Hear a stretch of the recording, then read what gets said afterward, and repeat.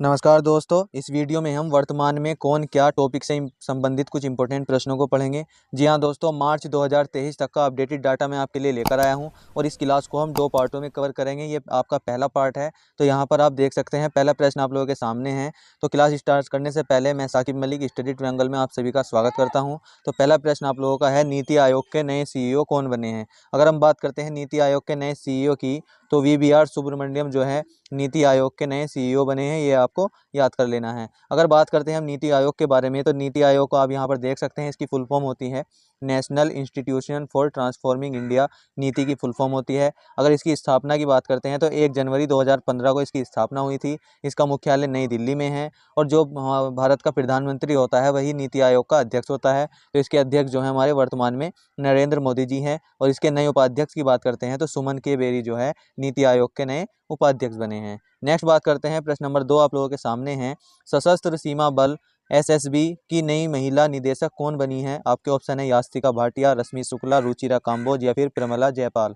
तो दोस्तों इस प्रश्न का आपका राइट आंसर हो जाएगा रश्मि शुक्ला जो है सशस्त्र सीमा बल की नई महिला निदेशक बनी है। अगर यहाँ पर हम SSB की बात करते हैं तो सशस्त्र सीमा बल जो है इसकी फुल फॉर्म हो जाएगी। स्थापना इसकी 20 दिसंबर 1963 को हुई थी और यहाँ पर इसका मुख्यालय जो है नई दिल्ली में है। ये आपको याद कर लेना है। दोस्तों अगर आपको हमारे प्रश्न अच्छे लग रहे हैं और हमारे पढ़ाने का तरीका आपको अच्छा लगता है तो हमारी वीडियो को लाइक और शेयर जरूर करना है और हमारे चैनल को भी सब्सक्राइब कर लेना है। नेक्स्ट प्रश्न की अगर हम बात करते हैं, प्रेस सूचना ब्यूरो के नए प्रधान महानिदेशक कौन बने हैं। जी हाँ दोस्तों, प्रेस सूचना ब्यूरो की बात करते हैं तो इस प्रश्न का आपका राइट आंसर हो जाएगा राजेश मल्होत्रा जो है प्रेस सूचना ब्यूरो के नए प्रधान महानिदेशक बने हैं। यहाँ पर आप देख सकते हैं प्रेस इन्फॉर्मेशन ब्यूरो। जी हाँ दोस्तों, PIB की फुल फॉर्म ये हो जाएगी प्रेस इन्फॉर्मेशन ब्यूरो। अगर हम यहाँ पर इसकी स्थापना के बारे में बात करें तो सन 1919 में इसकी स्थापना हुई थी। मुख्यालय इसका नई दिल्ली में है। सूचना और प्रसारण मंत्री की बात करते हैं तो वो अनुराग ठाकुर जी हो जाएंगे। जी हाँ दोस्तों, आप लोगों से मालूम कर लिया जाता है कि सूचना और प्रसारण मंत्री कौन है।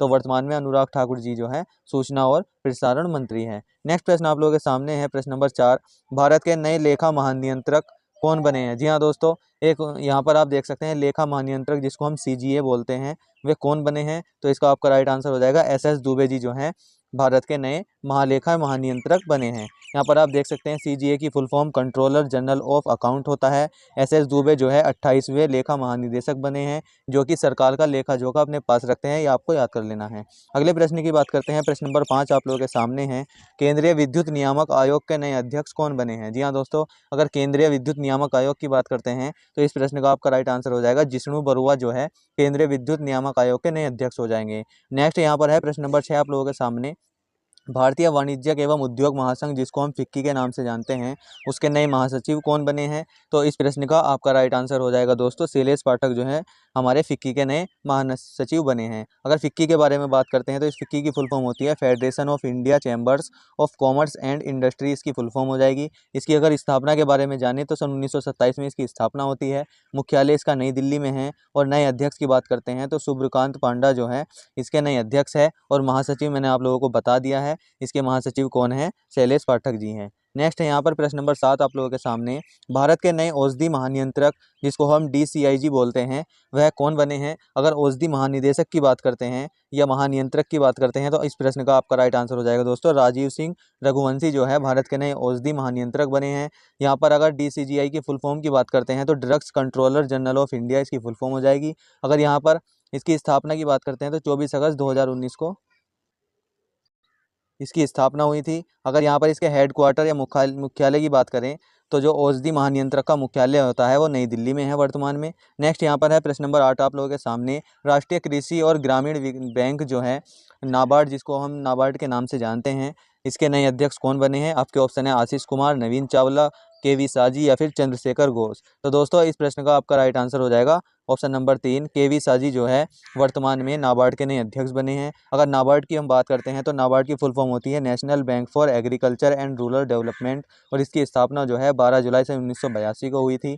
नेक्स्ट यहाँ पर है प्रश्न नंबर 9 आप लोगों के सामने, भारतीय थल सेना के नए प्रमुख कौन बने हैं। अगर भारतीय थल सेना की बात करते हैं जिसको हम इंडियन आर्मी के नाम से जानते हैं, इसका मुख्यालय जो है नई दिल्ली में है और थल सेना दिवस जो है 15 जनवरी को मनाया जाता है। तो इसके नए प्रमुख की अगर हम बात करें तो इसका आपका राइट आंसर हो जाएगा मनोज पांडे जो है इंडियन आर्मी के नए प्रमुख हैं। प्रश्न नंबर 10 आप लोगों के सामने, भारतीय वायुसेना के नए महानिदेशक कौन बने हैं? अगर यहाँ पर भारतीय वायुसेना की बात करते हैं तो दोस्तों इस प्रश्न का आपका राइट आंसर हो जाएगा संजीव कपूर जो है भारतीय वायुसेना के नए महानिदेशक बने हैं। यहाँ पर आप देख सकते हैं इंडियन एयरफोर्स की स्थापना 8 अक्टूबर 1932 को हुई थी, इसीलिए इस वायुसेना दिवस जो है 8 अक्टूबर को मनाया जाता है और इसका मुख्यालय जो है नई दिल्ली में है। नेक्स्ट यहाँ पर है प्रश्न नंबर 11 आप लोगों के सामने। भारत के 50वें जो मुख्य न्यायाधीश हैं वे कौन बने हैं? अगर भारत के 50वें मुख्य न्यायाधीश की बात करते हैं तो धनंजय यशवंत चंद्रचूड़ भी बोल देते हैं या इसको हम DY चंद्रचूड़ के नाम से भी जानते हैं।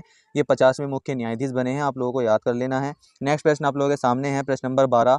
रक्षा अनुसंधान एवं विकास संगठन जिसको हम DRDO के नाम से जानते हैं, इसके नए अध्यक्ष कौन बने हैं? तो दोस्तों इस प्रश्न का आपका राइट आंसर हो जाएगा समीर वी कामत जो है इसके नए अध्यक्ष बने हैं। अगर DRDO के बारे में बात करें तो defence research and development organisation जो है इसकी फुल फॉर्म हो जाएगी। इसकी स्थापना सन 1958 को हुई थी और इसके मुख्यालय जो है नई दिल्ली में स्थित है। नेक्स्ट यहाँ पर प्रश्न नंबर 13 आप लोगों के सामने। भारत के नए चीफ ऑफ डिफेंस स्टाफ जिसको हम CDS के नाम से जानते हैं, ये कौन बने हैं? आपके ऑप्शन है मनोज मुकुंद नरवाणे, मनोज पांडे, अनिल चौहान या फिर विपिन रावत। तो दोस्तों इस प्रश्न का आपका राइट आंसर हो जाएगा अनिल चौहान जो है भारत के नए चीफ ऑफ डिफेंस स्टाफ बने हैं। अनिल चौहान इसका राइट आंसर हो जाएगा। अगर हम बात करते हैं CDS पद के गठन की तो 1 जनवरी सन 2020 को इस पद का गठन किया गया था और भारत के जो पहले CDS बने थे वे जनरल विपिन रावत बने थे। अब दूसरे CDS कौन हो जाएंगे? अनिल चौहान हो जाएंगे। अगला प्रश्न यहाँ पर है प्रश्न नंबर 14।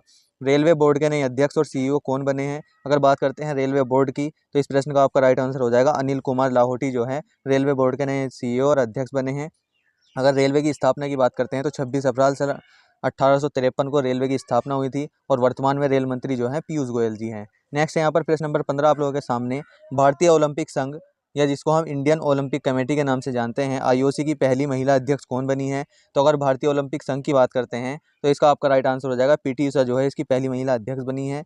नेक्स्ट यहाँ पर है प्रश्न नंबर 16 आप लोगों के सामने। भारतीय क्रिकेट कंट्रोल बोर्ड जिसको हम BCCI के नाम से जानते हैं, उसके अध्यक्ष कौन बने हैं? तो दोस्तों इस प्रश्न का आपका राइट आंसर हो जाएगा रोजर बिन्नी इसके नए अध्यक्ष बने हैं। नेक्स्ट यहाँ पर अगर हम बात करते हैं BCCI की तो board of control for cricket in India इसकी फुल फॉर्म हो जाएगी। 1928 में इसकी स्थापना हुई थी और मुख्यालय इसका मुंबई में है। नेक्स्ट यहाँ पर है प्रश्न नंबर 17 आप लोगों के सामने। भारत के नए महान्यायवादी कौन बने हैं? अगर भारत के नए महान्यायवादी की बात करते हैं तो दोस्तों इस प्रश्न का आपका राइट आंसर हो जाएगा ऑप्शन नंबर 1 R वेंकटरमन जो है भारत के नए महान्यायवादी बने हैं। और प्रश्न नंबर 18 आप लोगों के सामने है। भारत की पहली महिला आदिवासी महिला राष्ट्रपति कौन बनी है? तो आप सभी लोग जानते भी होंगे, द्रौपदी मुर्मू इसका राइट आंसर हो जाएगा। ऑप्शन नंबर 3 इसका सही हो जाएगा। नेक्स्ट यहाँ पर है प्रश्न नंबर 19 आप लोगों के सामने। भारतीय अंतरिक्ष अनुसंधान संगठन जिसको हम ISRO के नाम से जानते हैं, इसके नए अध्यक्ष कौन बने हैं? तो दोस्तों इस प्रश्न का आपका राइट आंसर हो जाएगा S सोमनाथ जी जो हैं इसके नए अध्यक्ष बने हैं। अगर हम बात करते हैं ISRO के बारे में तो इसकी फुल फॉर्म हो जाएगी इंडियन स्पेस रिसर्च ऑर्गेनाइजेशन और इसकी स्थापना 15 अगस्त सन 1969 को हुई थी और इसका मुख्यालय बेंगलोर कर्नाटक में है और इसके संस्थापक कौन थे? विक्रम साराभाई थे। नेक्स्ट बात करते हैं प्रश्न नंबर 20 आप लोगों के सामने, जो कि आज की क्लास का आपका अंतिम प्रश्न है।